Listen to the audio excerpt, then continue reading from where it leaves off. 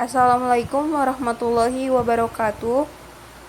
Saya Laili Aurelia Ramadanti dan teman saya ada Alvina Damayanti, Kansa Koirinisa, dan Nabila Safa Febriana dari Manajemen E.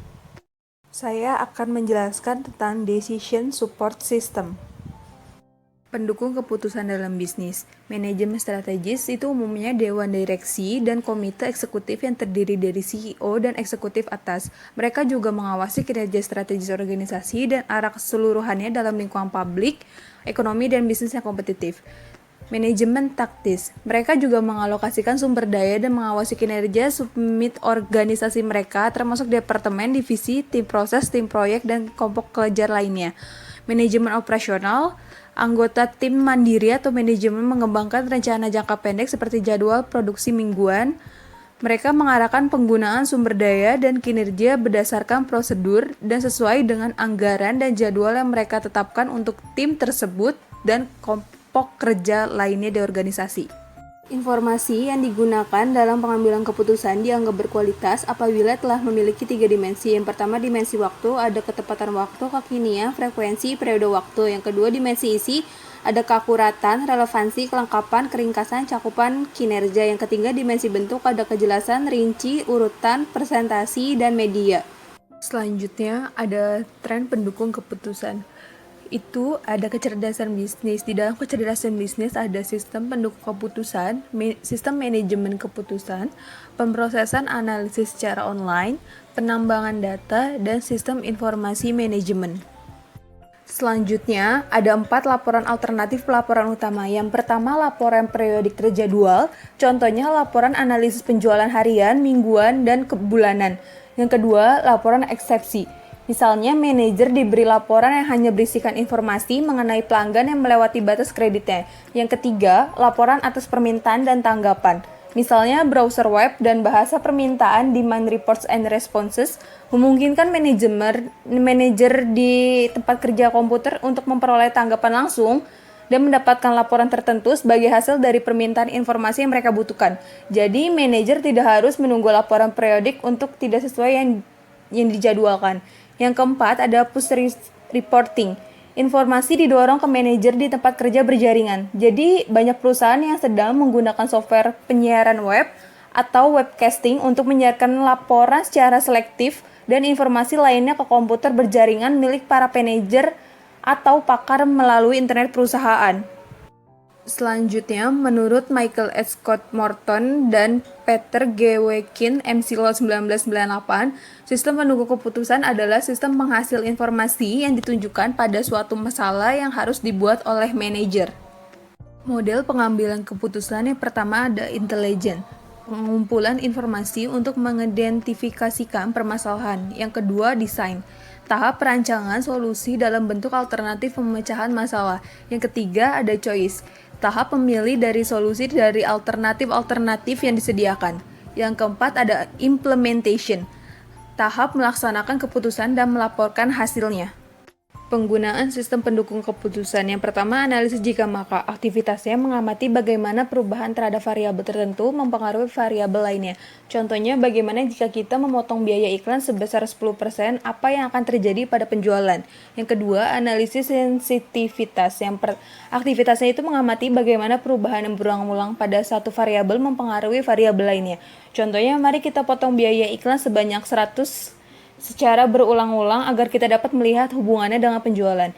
Yang ketiga, ada analisis pencarian sasaran. Aktivitasnya membuat perubahan yang berulang-ulang terhadap variabel tertentu hingga variabel yang dipilih mencapai nilai sasarannya.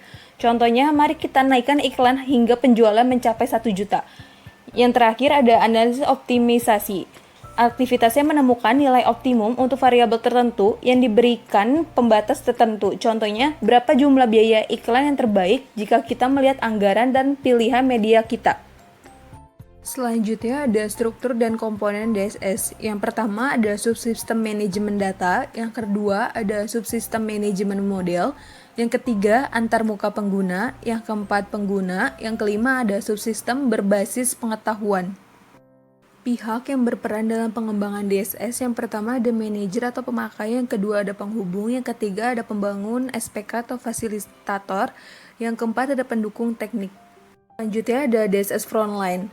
Perusahaan mengotomatisasikan proses keputusan dan mengirimnya ke seluruh bagian organisasi dan kadang-kadang ke mitra. Yang kedua ada DSS Real Time, sistem pendukung keputusan waktu nyata. Selanjutnya, Group Decision Support System. Sistem pendukung keputusan kelompok adalah sistem yang digunakan oleh sekelompok orang yang ingin memecahkan masalah dengan teknologi komunikasi, komputasi, dan pendukung keputusan. Di era global ini, sistem pendukung keputusan kelompok sangat membantu suatu organisasi ataupun perusahaan, terutama perusahaan-perusahaan multinasional, karena sistem pendukung keputusan kelompok membuat rapat menjadi fleksibel, karena dia memudahkan perusahaan untuk mengadakan rapat tanpa harus berkumpul bersama dalam waktu dan tempat yang sama. Selanjutnya ada keuntungan DSS. Yang pertama, memperluas kemampuan mengambil keputusan dalam memproses data atau informasi untuk pengambilan keputusan. Yang kedua, menghasilkan solusi dengan lebih cepat dan hasilnya dapat diandalkan. Yang ketiga, memperkuat keyakinan pengambilan keputusan terhadap keputusan yang diambilnya. Yang keempat, memberikan keuntungan kompetitif bagi organisasi secara keseluruhan dengan penghematan waktu, tenaga, dan biaya. Yang kelima, dan menghemat waktu yang dibutuhkan untuk memecahkan masalah, terutama berbagai masalah yang sangat kompleks dan tidak terstruktur. Yang terakhir ada kerugian DSS. Yang pertama, sulit dalam memodelkan sistem bisnis. Yang kedua, dibutuhkan kemampuan matematika yang tinggi untuk mengembangkan suatu model yang lebih kompleks. Yang ketiga, mungkin akan menghasilkan suatu model bisnis yang tidak dapat menangkap semua pengaruh pada entiti. Metodologi siklus hidup sistem. Siklus hidup sistem adalah proses evolusioner yang diikuti dalam menerapkan sistem atau subsistem informasi berbasis komputer. Tahap-tahap siklus hidup yaitu 1. Merencanakan, 2. Analisis, 3. Rancangan, 4. Penerapan, 5. Penggunaan. Di sini ada komite pengarah SIM yang memiliki 3 fungsi pokok. 1. Menetapkan kebijakan, 2. Menjadi pengendali keuangan, yang ketiga menyelesaikan pertentangan. Lalu ada tahap perencanaan. Keuntungan dari merencanakan CBIC, yang pertama menentukan lingkup dari proyek, yang kedua mengenali berbagai area permasalahan potensial, yang ketiga memberikan dasar untuk pengendalian. Di sini ada langkah-langkahnya, yaitu menyadari masalah, mendefinisikan masalah, menentukan tujuan sistem, mengidentifikasi kendala sistem, membuat studi kelayakan, menyiapkan usulan penelitian sistem, menyetujui atau menolak proyek penelitian, yang terakhir menetapkan mekanisme pengendalian. Di sini ada tahap analisis. Analisis sistem adalah penelitian atas sistem yang telah ada dengan tujuan untuk merancang sistem baru atau diperbarui. Langkah-langkahnya yang pertama mengumumkan penelitian sistem, yang kedua mengorganisasikan sistem proyek, yang ketiga mendefinisikan kebutuhan informasi, yang keempat mendefinisikan kriteria kinerja sistem, yang kelima menyiapkan usulan rancangan, yang keenam menyetujui atau menolak rancangan proyek. Di sini ada tahap rancangan. Komisi pengarah SIM, manajer, analisis sistem. Dalam manajer ada yang mengatur. Di analisis sistem yang pertama ada menyiapkan rancangan sistem terinci, mengidentifikasi alternatif konfigurasi sistem, mengevaluasi alternatif konfigurasi sistem, memiliki konfigurasi terbaik, menyiapkan usulan penerapan, dan terakhir menyetujui atau menolak penerapan sistem. Di sini ada tahap penerapan. Merencanakan penerapan, yaitu manajer dan spesialis informasi harus memahami dengan baik pekerjaan yang diperlukan untuk menerapkan rancangan sistem dan untuk mengembangkan rencana penerapan yang sangat rinci. Selanjutnya, mengumumkan penerapan. Proyek penerapan diumumkan kepada para pegawai dengan cara yang sama pada penelitian sistem. Tujuannya adalah untuk menginformasikan kepada para pegawai mengenai keputusan untuk menerapkan sistem baru dan meminta kerjasama mereka.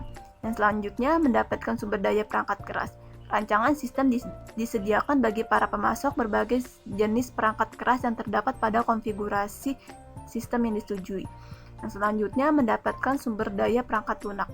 Ketika perusahaan memutuskan untuk menciptakan sendiri perangkat lunak aplikasinya, programmer menggunakan dokumentasi yang siap oleh analis sistem sebagai titik awal. Ada lagi menyiapkan database. Pengelola database bertanggung jawab untuk semua kegiatan yang berhubungan dengan data dan mencakup persiapan database. Menyiapkan fasilitas fisik. Jika perangkat keras dan sistem baru tidak sesuai dengan fasilitas yang ada, perlu dilakukan konstruksi baru atau perombakan. Selanjutnya, mendidik peserta dan pemakai. Sistem baru kemungkinan besar akan mempengaruhi banyak orang. Beberapa orang akan membuat sistem bekerja. Selanjutnya, menyiapkan usulan ganti sistem, menyetujui atau menolak masuk ke sistem baru, dan terakhir ganti ke sistem baru. Di sini ada tahap penggunaan. 1. Menggunakan sistem. Pemakai menggunakan sistem untuk mencapai tujuan yang diidentifikasi pada tahap perencanaan. Yang kedua, mengaudit sistem. Setelah sistem baru mapan, penelitian formal dilakukan untuk menentukan seberapa baik sistem baru untuk memenuhi kriteria kinerja. Yang ketiga, memelihara sistem. Selama manajer menggunakan sistem, berbagai modifikasi dibuat sehingga sistem terus memberikan dukungan yang diperlukan. Yang keempat, menyiapkan usulan rekayasa ulang. Ketika sudah jelas bagi para pemakai dan spesialis informasi bahwa sistem tersebut tidak dapat lagi digunakan, bahwa sistem itu perlu direkayasa ulang. Yang kelima, menyetujui atau menolak rekayasa ulang sistem. Manajer dan komite pengarasi mengevaluasi usulan rekayasa ulang sistem dan menentukan apakah akan memberikan persetujuan atau tidak. Di sini ada menempatkan siklus hidup sistem dalam perspektif. Siklus hidup sistem mungkin merupakan metodologi tertua dalam bidang komputer. Pada tahun-tahun awal, sistem terutama terdiri dari program aplikasi akuntansi dan pemakai menunggu proses tahap demi tahap. Sebaliknya, saat pemakai mendapatkan hasil dengan cepat. Salah satu cara untuk merespon hal tersebut adalah dengan memodif CDLC, System Development Life Cycle. Salah satu hasil dari modifikasi tersebut adalah prototyping dan Rapid Application Development atau RAD. Prototyping. Prototype memberikan ide bagi pembuat atau pemakai potensial tentang cara sistem akan berfungsi dalam bentuk lengkapnya. Proses tersebut disebut prototyping. Keunggulan metode prototyping yaitu adanya komunikasi baik antara pengembang dengan pelanggan. Pengembang dapat bekerja lebih baik untuk memenuhi kebutuhan pelanggan. Pelanggan berperan aktif dalam mengembangkan sistem, menghemat waktu dalam pengembangannya. Penerapan lebih mudah karena pemakai akan mengetahui apa yang diharapkan. Di sini ada kelemahan metode prototyping, yaitu kualitas sistem kurang baik karena hanya mengedepankan aspek kenyamanan user. Pengembang kadang-kadang menggunakan implementasi yang sembarangan, tidak mencerminkan proses perancangan yang baik. Ini ada Rapid Application Development atau RAD. RAD adalah seperangkat strategi, metodologi, dan peralatan yang terintegrasi yang ada dalam suatu kerangka kerja menyeluruh yang disebut Information Engineering. RAD lingkupnya lebih luas daripada prototype. Unsur-unsur penting RAD ada manajemen, manusia, metodologi, peralatan. Assalamualaikum warahmatullahi wabarakatuh. Saya Alvina Damayanti ingin mempresentasikan materi tentang e-business dan e-commerce. Pengertian e-business yaitu penggunaan teknologi informasi dan komunikasi untuk menjalankan sekaligus mengelola bisnis untuk memperoleh keuntungan. Selanjutnya e-commerce, yaitu aktivitas jual beli dengan memanfaatkan jaringan komunikasi elektronik atau internet untuk melakukan transaksi. E-commerce merupakan satu bagian kecil dari e-business.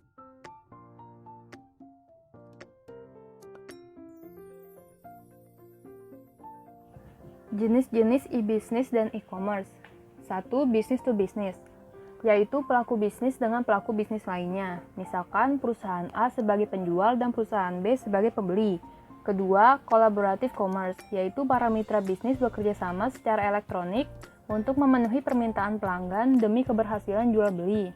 Ketiga, business to consumers, yaitu pelaku bisnis dengan konsumen. Misalnya perusahaan sebagai penjual dan pelanggan sebagai pembeli. Keempat, consumers to business, yaitu konsumen dengan pelaku bisnis. Konsumen memberitahu produk yang diinginkan ke internet, kemudian para perusahaan saling bersaing untuk memenuhi kebutuhan konsumen tersebut. Kelima, consumer to consumer, yaitu transaksi jual beli produk atau jasa antar perorangan. Keenam, mobile commerce, yaitu transaksi jual beli melalui perangkat mobile seperti handphone, laptop, dan sejenisnya. 7. Business to employees, yaitu perusahaan menjual produk atau jasanya kepada para karyawannya sendiri via internet dengan ketentuan dan potongan harga khusus.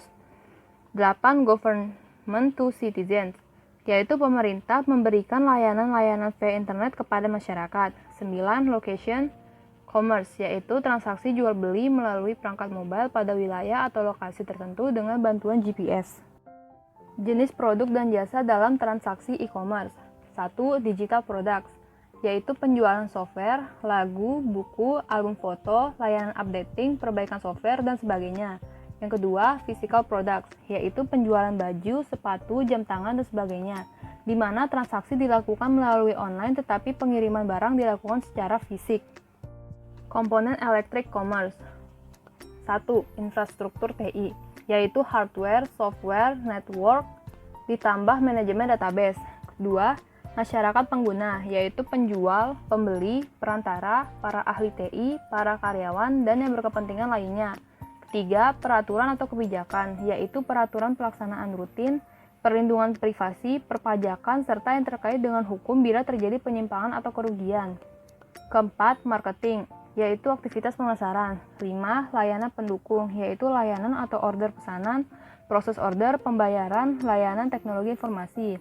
6. Mitra bisnis, yaitu pemasok, sesama penjual yang bekerja sama, dan lain-lain. Selanjutnya ada lelang secara elektronik.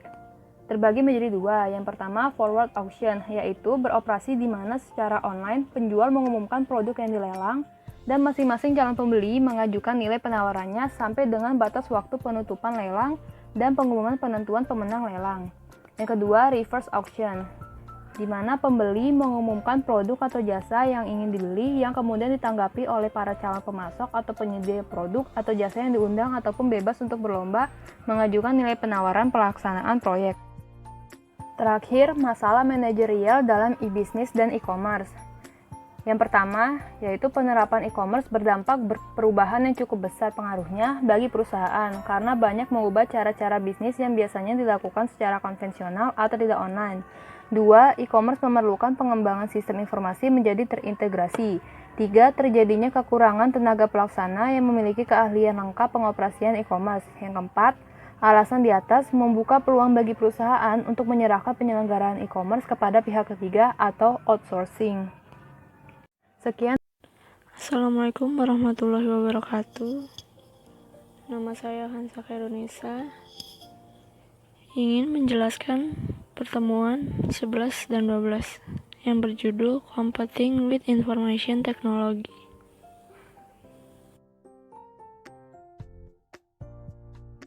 Strategi teknologi informasi.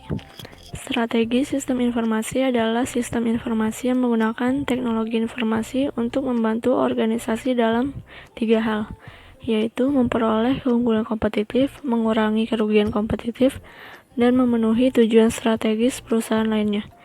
Yang dimaksud kompetitif di sini kemampuan sebuah organisasi untuk suatu posisi yang menguntungkan.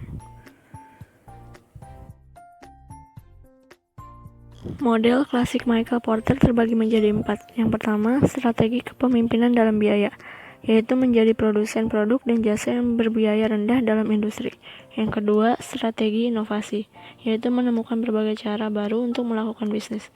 Yang ketiga, strategi pertumbuhan, yaitu memperluas kemampuan perusahaan untuk memproduksi barang dan jasa. Dan yang terakhir, strategi persekutuan, membuat hubungan dan persekutuan bisnis baru dengan pelanggan, pemasok pesaing, konsultan, dan perusahaan-perusahaan lainnya.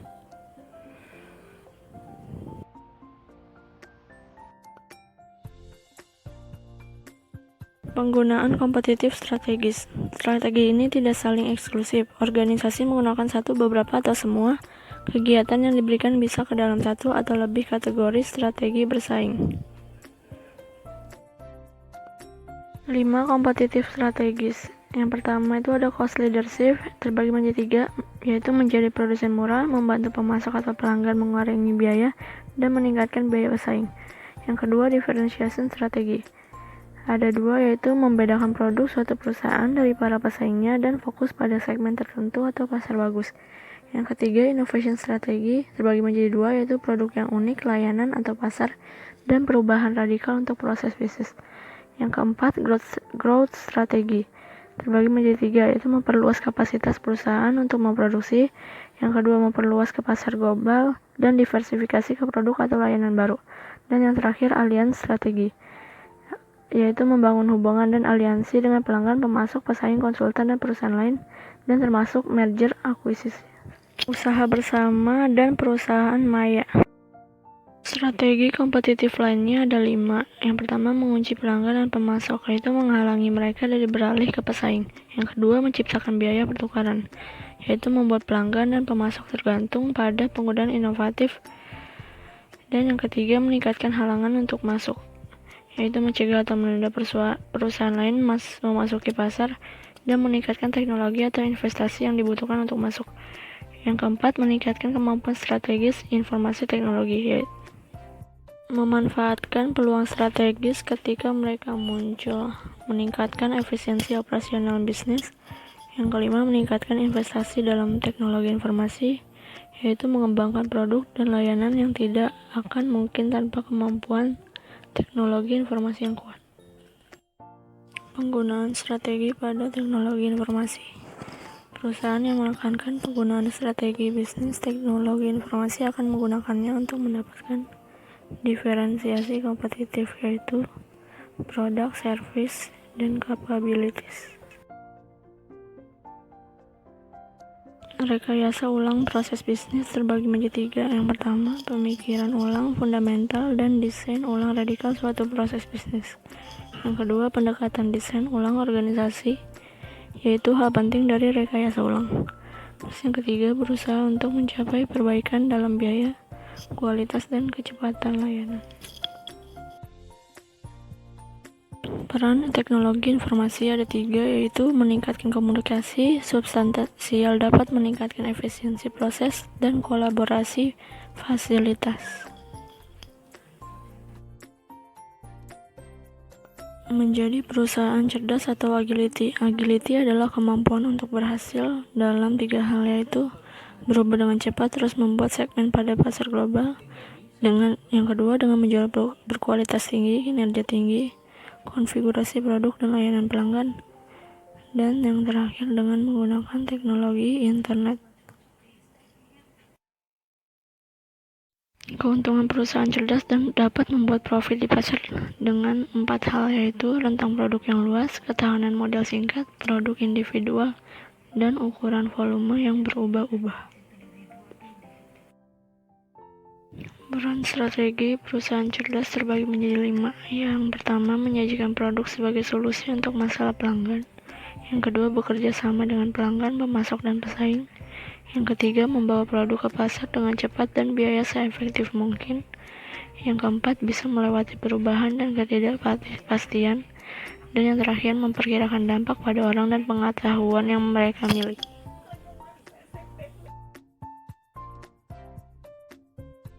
Perusahaan virtual. Perusahaan virtual adalah organisasi yang menggunakan teknologi informasi untuk menghubungkan banyak orang, organisasi, aktiva, dan ide. Biasanya membentuk aliansi dan kelompok kerja virtual dengan mitra bisnis yang saling berhubungan melalui internet, intranet, dan extranet. Strategi perusahaan virtual terbagi menjadi 6. Yang pertama, berbagi informasi dan resiko dengan mitra aliansi. Yang kedua, menghubungkan kompetisi inti yang saling melengkapi.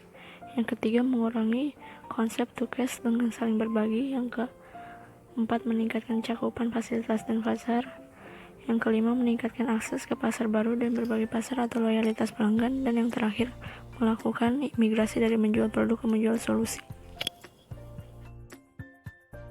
Perusahaan knowledge creating atau organisasi yang melakukan pembelajaran ada 3 hal. Yang pertama, konsisten menciptakan pengetahuan bisnis baru. Yang kedua, menyebarkannya di seluruh perusahaan. Dan yang ketiga, membangun pengetahuan baru ke dalam produk dan layanan mereka. 2 jenis pengetahuan. Yang pertama, pengetahuan eksplisit. Data, dokumen, dan hal ditulis atau disimpan di komputer. Yang kedua, pengetahuan tacit atau tersembunyi, yaitu pengetahuan how to berada pada dalam diri pekerja, mewakili beberapa informasi yang paling penting dalam suatu organisasi.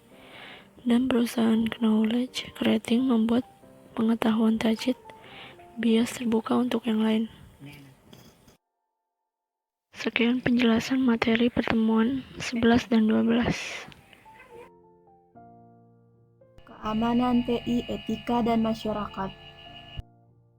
Keamanan TI, etika dan masyarakat. TI memiliki efek menguntungkan dan merugikan bagi masyarakat, yaitu kelola aktivitas kerja untuk meminimalkan efek merugikan TI, optimalkan efek yang menguntungkan. Di sini ada gambar, ada di tengah-tengah sini ada efek dan aspek sosial bisnis atau TI. Selanjutnya ada pemberian kerja, privasi, kejahatan, kondisi kerja, individualitas, kesehatan. Etika bisnis. Pertanyaan etika yang dihadapi oleh para manajer sebagai bagian dari pengambilan keputusan bisnis harian mereka meliputi keadilan, hak, kejujuran, latihan kekuatan perusahaan. Prinsip etika teknologi. 1. Proporsionalitas. Hal baik yang dicapai oleh teknologi harus lebih besar daripada bahaya atau resikonya. 2. Penjelasan dan persetujuan. Mereka yang terkena dampak teknologi harus memahami dan menerima resikonya. 3. Keadilan. 4. Resiko diminimalkan. Bahkan jika dinilai dapat diterima oleh 3 pedoman lainnya, teknologi harus diimplementasikan untuk menghindari semua resiko yang tidak perlu. Kejahatan komputer. 1. Penggunaan akses, modifikasi atau penghancuran perangkat keras, perangkat lunak, data atau sumber daya jaringan yang tidak sah. Yang kedua, pelepasan informasi tanpa izin. Yang ketiga, penyalinan perangkat lunak yang tidak sah. Yang keempat, menolak akses pengguna akhir ke perangkat keras, perangkat lunak, data, dan sumber daya jaringannya. Yang kelima, menggunakan atau berkonspirasi untuk menggunakan komputer atau sumber daya jaringan secara ilegal untuk mendapat informasi atau properti berwujud. Selanjutnya, penyalahgunaan internet di tempat kerja. Ada pelanggaran email umum, peretasan, pelanggaran hak cipta atau plagiarisme, unduhan atau unggahan yang tidak berkaitan dengan pekerjaan, penggunaan atau akses yang tidak. Pencurian kekayaan intelektual. 1. Hak milik intelektual. Materi berhak cipta, termaksud hal seperti musik, video, gambar, artikel, buku, dan perangkat lunak. Yang kedua, pelanggaran hak cipta ilegal. Teknik jika peer-to-peer telah membuatnya mudah untuk berdagang, properti intelektual bajakan. Yang ketiga, penerbit menawarkan musik online murah. Pengunduhan ilegal musik dan video yang sedang down dan terus menurun. Selanjutnya, manajemen keamanan TI. Internet dikembangkan untuk interoperabilitas, bukan impenetrabilitas. Manajer bisnis dan profesional sama-sama bertanggung jawab atas keamanan, kualitas, dan kinerja sistem informasi bisnis. Perangkat keras, perangkat lunak, jaringan, dan sumber daya data harus dilindungi oleh berbagai tindakan pengaman. Selanjutnya, mengaudit keamanan TI. Audit keamanan TI. 1. Dilakukan oleh auditor internal atau eksternal. Yang kedua, review atau evaluasi langkah-langkah keamanan dan kebijakan manajemen. Yang ketiga, tujuannya adalah untuk memastikan bahwa langkah-langkah dan kebijakan yang tepat dan memadai sudah ada.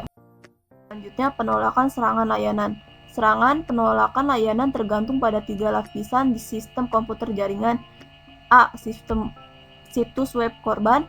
B. Penyediaan layanan internet korban. C. Komputer zombie atau budak yang telah dikuasai oleh penjahat siber.